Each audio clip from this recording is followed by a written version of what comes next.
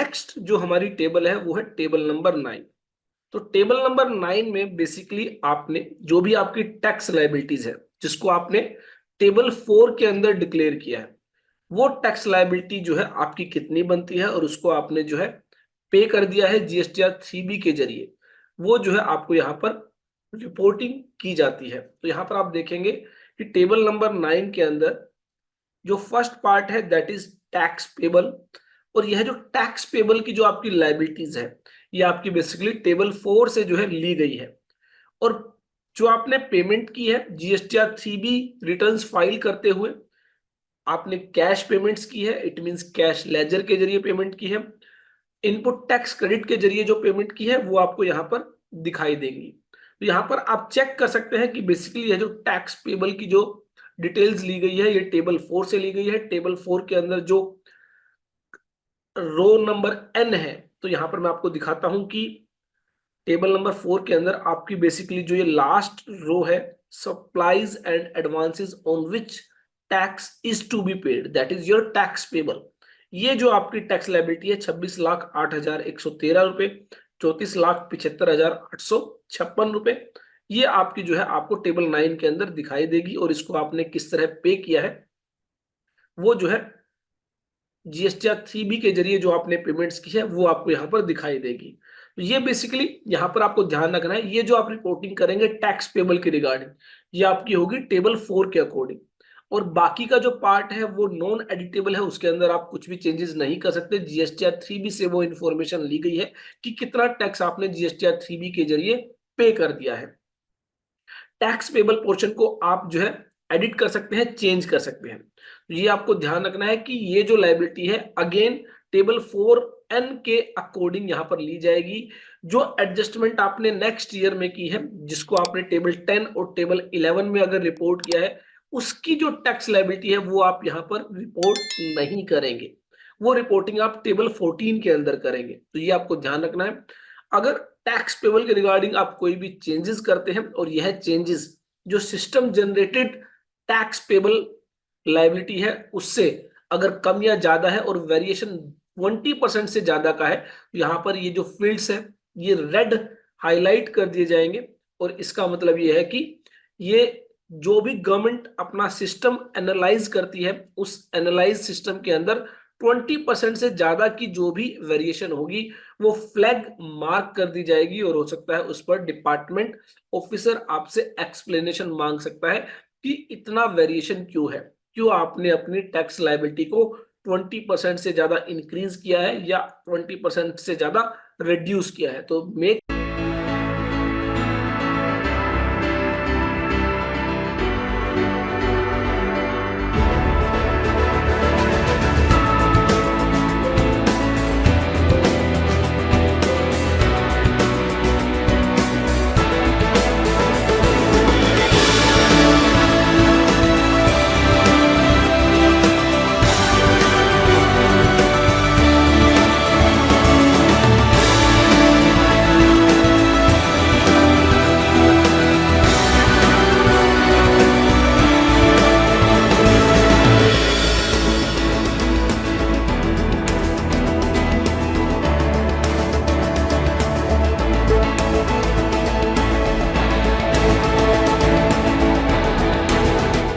Sure जब भी आप ये चेंजेस करते हैं तो 20% से ज्यादा का अगर वेरिएशन होगा तो ऐसे में वो क्या कर दिया जाएगा, हाईलाइट कर दिया जाएगा रेड फ्लैग के तौर पर। तो उसके बाद टेबल 9 के बाद नेक्स्ट हमारी जो टेबल आती है दैट इज टेबल 10, 11, 12, 13। तो टेबल 10, 11, 12, 13 में बेसिकली जो भी आपने नेक्स्ट ईयर के अंदर एडजस्टमेंट्स की है regarding your outward supply, regarding your input tax credit, तो टेबल 10 और 11 में वो रिपोर्टिंग आप करेंगे जो आपने नेक्स्ट ईयर एडजस्टमेंट की है रिगार्डिंग योर आउटवर्ड सप्लाई। अगर आपने अपनी आउटवर्ड सप्लाई और उस पर जो टैक्स लायबिलिटी है उसको इंक्रीज किया है नेक्स्ट फाइनेंशियल ईयर के अंदर, या फिर उसको आपने डिक्रीज किया है, रिड्यूस किया है नेक्स्ट फाइनेंशियल ईयर के अंदर। फॉर एग्जांपल मेरी जो आउटवर्ड सप्लाई थी according to books of accounts 100 rupees थी, लेकिन मैंने जो है 90 रुपीज को during the financial year declare किया और 10 रुपीज को नेक्स्ट फाइनेंशियल ईयर में डिक्लेयर किया है, तो वो आपका टेबल 10 का पार्ट बन जाती है। और ठीक इसके अपोजिट मेरी बुक्स ऑफ अकाउंट्स के अकॉर्डिंग जो आउटवर्ड सप्लाई थी वो थी 100 रुपीज, लेकिन during the financial year reporting की गई 110 रुपीज की। तो ऐसे में मैंने क्या किया, नेक्स्ट ईयर के अंदर 10 रुपीज से अपनी आउटवर्ड सप्लाई को रिड्यूस किया और अपनी टैक्स लायबिलिटी को डिक्रीज किया। तो वो आपकी जो एडजस्टमेंट होगी जहां पर आप अपनी टैक्स लायबिलिटी रिड्यूस करते हैं वो टेबल 11 में आप रिपोर्ट करेंगे।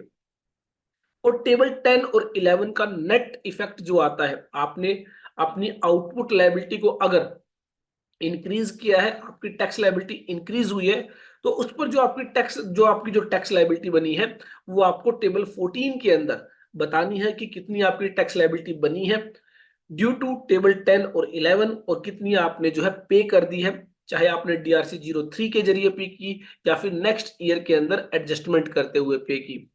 उसके बाद नेक्स्ट जो हमारी एडजस्टमेंट है, इनपुट टैक्स क्रेडिट। अगर आपने ड्यूरिंग द फाइनेंशियल ईयर ज्यादा क्लेम कर लिया, उसको आपने नेक्स्ट फाइनेंशियल ईयर के अंदर रिवर्स किया है, तो वो आपका टेबल 12 में आप उसकी रिपोर्टिंग करेंगे। टेबल 13 में अगर आपने ड्यूरिंग द फाइनेंशियल ईयर कोई ITC input tax credit miss कर दिया, अवेल नहीं किया, उसको आपने नेक्स्ट फाइनेंशियल ईयर के अंदर अवेल किया है, तो वो आप टेबल 13 में रिपोर्ट करेंगे।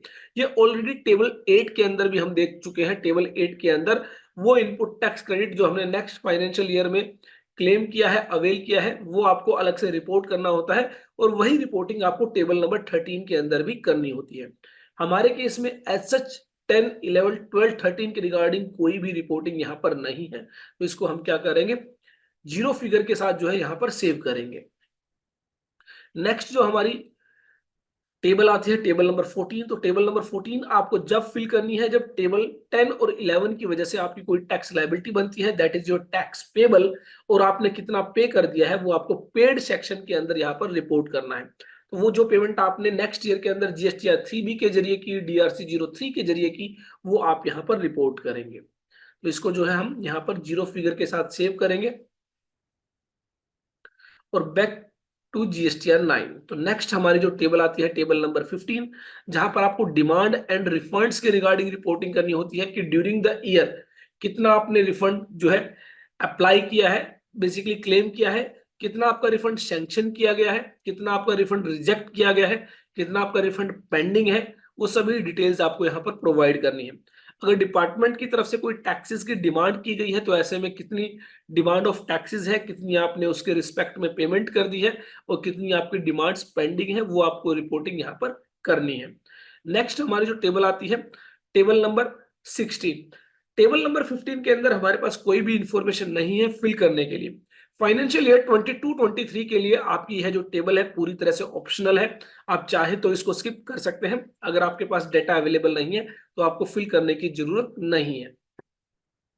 नेक्स्ट हमारी जो टेबल आती है टेबल नंबर 16, जहां पर आपको बताना है कि जो इनवर्ड सप्लाई है जो आपने रिसीव की है उसमें से कितनी सप्लाई आपने कंपोजिशन टैक्स पेयर से रिसीव की है, कितनी आपने जो है जो वर्कर के एज ए डीम्ड सप्लाई जो है आपके केस में जो है डिक्लेयर की गई है। फॉर एग्जांपल अगर आप एक प्रिंसिपल है और आपने जॉब वर्क के लिए कुछ गुड्स को सेंड किया है और विद इन टाइम लिमिट अगर आप वो गुड्स वापस नहीं मंगाते हैं तो ऐसे में वो क्या मान ली जाती है, डीम्ड सप्लाई। तो ऐसी अगर कोई सप्लाई है तो वो आप यहाँ पर पार्ट बी के अंदर जो है रिपोर्ट करेंगे।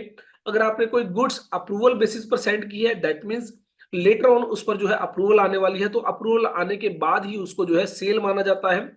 तो ऐसी अगर कोई भी सप्लाई आपने की है और विद इन 6 मंथ्स अगर आपको उस पर अप्रूवल नहीं मिलती है तो वो क्या मान ली जाती है, डीम्ड सेल मान ली जाती है। तो ऐसे में इसकी रिपोर्टिंग आप जो है पार्ट सी के तहत यहाँ पर करेंगे। जो भी लोग GST सीखना चाहते हैं, इनकम टैक्स सीखना चाहते हैं, TDS सीखना चाहते हैं, वो हमारी ऐप एक बार जरूर डाउनलोड करें, all about taxes from the play store. Description में भी आपको लिंक दिया गया है। बहुत सारे अच्छे कोर्सेज GST को लेकर, इनकम टैक्स को लेकर, TDS को लेकर, न्यू GST QRMP स्कीम को लेकर जो है लॉन्च किए गए हैं। कोई भी आपका डाउट है तो आप हमें कॉल कर सकते हैं 9350118496 नंबर पर। साथ ही हमारी ऐप के अंदर आप हमारे साथ चैट सेक्शन के जरिए जुड़ सकते हैं। कोई भी आपकी क्वेरी है, कोई भी आपकी प्रॉब्लम है तो चैट सेक्शन में आप हमें प्रोवाइड कर सकते हैं। आपकी क्वेरीज को जो है सोल्व किया जाएगा, उसको आंसर किया जाएगा। हमारे केस में कोई भी इन्फॉर्मेशन यहाँ पर नहीं है। और साथ ही जो टेबल 16 है फाइनेंशियल ईयर 22-23 के लिए पूरी तरह से ऑप्शनल है। आप चाहे तो इस टेबल को स्किप कर सकते हैं, इसको फिल करने की जरूरत नहीं है। नेक्स्ट हमारा जो टेबल है table number 17, one of the important table है, फिल करनी है, कोई भी ऑप्शनलिटी यहाँ पर नहीं दी गई है। टेबल 17 के अंदर जो भी आपने सप्लाई की है, जो भी आपने सेल की है, यहाँ पर एचएसएन वाइज समरी जो है आपको जो है यहाँ पर डिक्लेयर करनी है। तो जब आप जीएसटीआर 1 फाइल करते हैं तो जीएसटीआर 1 के अंदर भी आप क्या करते हैं, जो भी आप सप्लाई करते हैं ड्यूरिंग द पीरियड, उसकी जो एचएसएन वाइज समरी जो है आप रिपोर्ट करते हैं। तो यहाँ पर बेसिकली क्या करना है, आपको जितनी भी गुड्स की आपने सप्लाई की है उसके रिगार्डिंग आप एचएसएन वाइज समरी यहाँ पर देंगे with unique quantity code, with जो भी टैक्स रेट्स हैं। और अगर आपने सर्विसेज की सप्लाई की है तो सर्विसेज की रिगार्डिंग आप जो है सर्विस अकाउंटिंग कोड एसएसी यहाँ पर जो है मेंशन कर सकते हैं। सर्विस के रिगार्डिंग आपको कोई भी यूक्यूसी यूनिक क्वांटिटी कोड जो है देने की जरूरत नहीं है। तो यहाँ पर टेबल नंबर 17 की अगर मैं बात करूं तो जो भी डाटा आप मेंटेन करते हैं, तो बहुत सारे जो लोग टैली के अंदर डाटा मेंटेन करते हैं तो वो क्या करते हैं, टैली के अंदर जो आप जीएसटीआर 1 रिपोर्टिंग करते हैं, तो यहाँ पर डिस्प्ले में आपको स्टैट्यूटरी रिपोर्ट्स के तहत जो है जीएसटी रिपोर्ट्स के अंदर जीएसटीआर 1 जो है आप रेफर कर सकते हैं। यहाँ पर आपको पूरे साल भर के लिए जो है अप्रैल 22 से लेकर मार्च 23 तक जो है आप डेटा को अगर सही से रिकॉर्ड करते हैं टैली के अंदर, तो यहाँ पर आप देखेंगे एक टेबल आपको दी गई है एचएसएन समरी। तो एचएसएन समरी पर आप क्लिक करेंगे तो जितनी भी आपकी सप्लाई आपने की है ड्यूरिंग द फाइनेंशियल ईयर वो आपको यहाँ पर दिखाई देगी। यहाँ पर चेंज व्यू के अंदर आप जो है यहाँ पर समरी व्यू करेंगे तो समरी व्यू में आप देख सकते हैं कि एचएसएन वाइज समरी आपको यहाँ पर मिल जाती है। जितनी भी आपकी आउटपुट सप्लाई है वो आप जरूर चेक कर लें कि सभी आउटपुट सप्लाई यहाँ पर रिफ्लेक्ट हो रही है। अगर रिपोर्टिंग रिफ्लेक्ट नहीं हो रही तो इट मींस आपने ट्रांजैक्शंस को रिकॉर्ड करते हुए कोई ना कोई गलती कर दी है, उस गलती को आप सही करेंगे। उसके बाद आप देखेंगे आपकी जो एचएसएन समरी है वो आपकी जितनी भी आउटपुट सप्लाई है उसके रिगार्डिंग मैच होगी। तो यहाँ पर हमने क्या किया है, इस टेली डाटा के बेसिस पर एक एक्सेल रिपोर्टिंग हमने रेडी कर ली है, जिसमें हमने जो है एचएसएन वाइज समरी जो है यहाँ पर यूनिक क्वांटिटी कोड के साथ कितनी क्वांटिटी है, क्या टोटल अमाउंट है, क्या टैक्स रेट है, कितनी टैक्सेबल अमाउंट है, वो सभी हमने यहाँ पर क्या कर लिया, उसकी रिपोर्टिंग कर ली है। और इसको अब हम क्या करेंगे, इसको हम जो है हम अपने जीएसटीआर 9 जीएसटी एनुअल रिटर्न के अंदर क्या करेंगे, इसको एंटर करेंगे।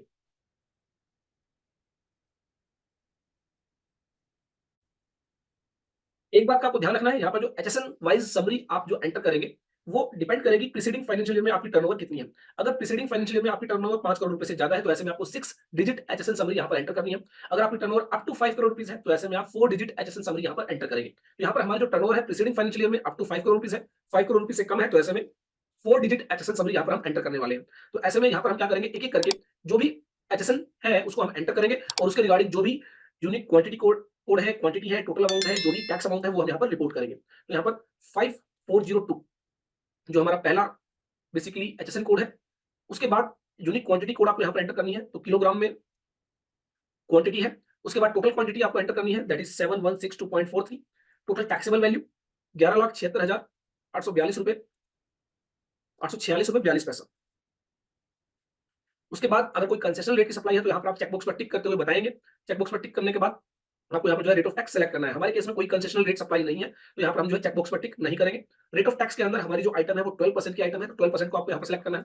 आफ्टर दैट टैक्स अमाउंट जो है आपको यहाँ पर मैन्युअली एंटर करनी होगी, क्योंकि यहाँ पर बेसिकली आईजीएसटी, सीजीएसटी, एसजीएसटी का जो बाइफिकेशन है वो ऑटोमेटिकली सिस्टम के द्वारा कैलकुलेट नहीं किया जा सकता, क्योंकि यहाँ पर सिस्टम के अंदर कोई भी ऐसी कैलकुलेशन नहीं ली गई है जिसके अंदर इंटरस्टेट सप्लाई और इंट्रास्टेट सप्लाई को अलग-अलग आपने रिपोर्ट किया हो। तो इसकी वजह से यहाँ पर आपको जो है टैक्स अमाउंट जो है वो मैन्युअली एंटर करनी होगी।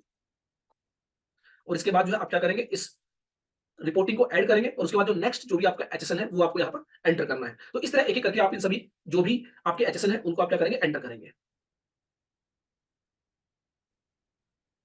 तो हमारा जो नेक्स्ट एचएसएन है दैट इज 5404, इसके रिगार्डिंग आप यहाँ पर नीचे की तरफ जाते हैं तो यहाँ जो आपका एचएसएन है इसके रिगार्डिंग आप अपनी क्या करेंगे, डिटेल्स को फिल करेंगे। अगेन यहाँ पर किलोग्राम्स हमारा यूक्यूसी है, उसके बाद टोटल क्वांटिटी हमारी यहाँ पर 6 किलोग्राम है, टोटल टैक्सेबल वैल्यू है 1890, rate of tax 12% and then जो टैक्स अमाउंट है 113.40 ऐड करेंगे। ऐड करने के बाद आपका एक और एचएसएन यहाँ पर एंटर हो जाता है। इस तरह करके आप एक-एक करके सभी एचएसएन को यहाँ पर रिकॉर्ड करेंगे। यहाँ पर एक-एक करके हमने सभी एचएसएन समरीज़ को जो है यहाँ पर एंटर कर लिया है। उसके बाद हम क्या करेंगे, इसको सेव करेंगे।